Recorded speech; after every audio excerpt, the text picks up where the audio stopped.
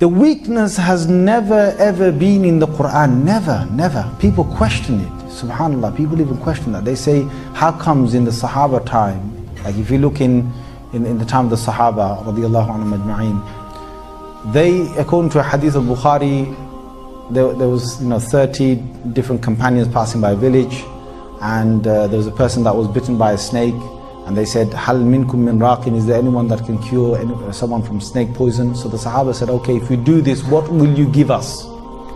So they said, okay, we will give you, they agreed to 30 goats, I think it was. And then they said, okay, one of the Sahabis stepped forward, he went up to the person and he just read Surah Fatiha.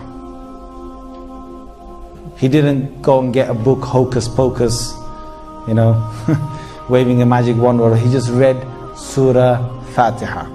And he blew onto this individual's leg, and then the poison was basically out of the body. And the person was completely cured just through Surah Fatiha. That Fatiha at that time was used. Have you come across anyone who can just sit there and go around to patients who are being struck by a snake and just read Surah Fatiha? Hey man, you should be better by now. The guy's screaming, ah! Why? Is it the Qur'an? The question is not with the Qur'an. The question is with the reader.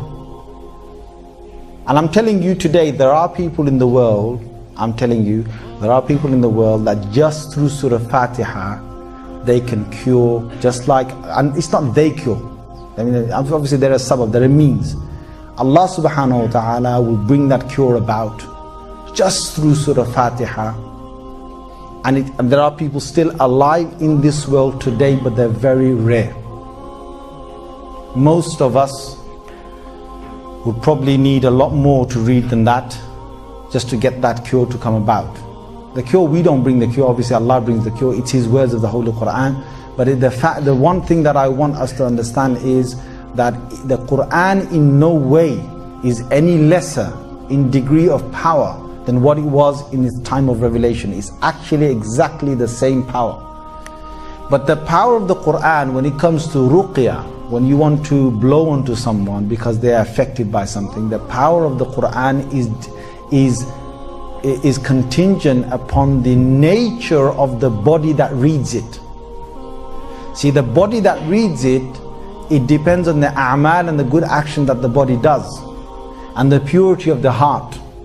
The more pure the heart is, the more grounded the beliefs of the Qur'an Sunnah are, the greater the actions are being performed by that body, the limbs of that body, the tongue of that body, the eyes of that body. The more that the eyes of that body have stayed away from obscenity, from evil looking, the more the ears have stayed away from haram, and the tongue has stayed away from lying and ghiba and haram, the greater the effect of that will be, of that reading will be when they read.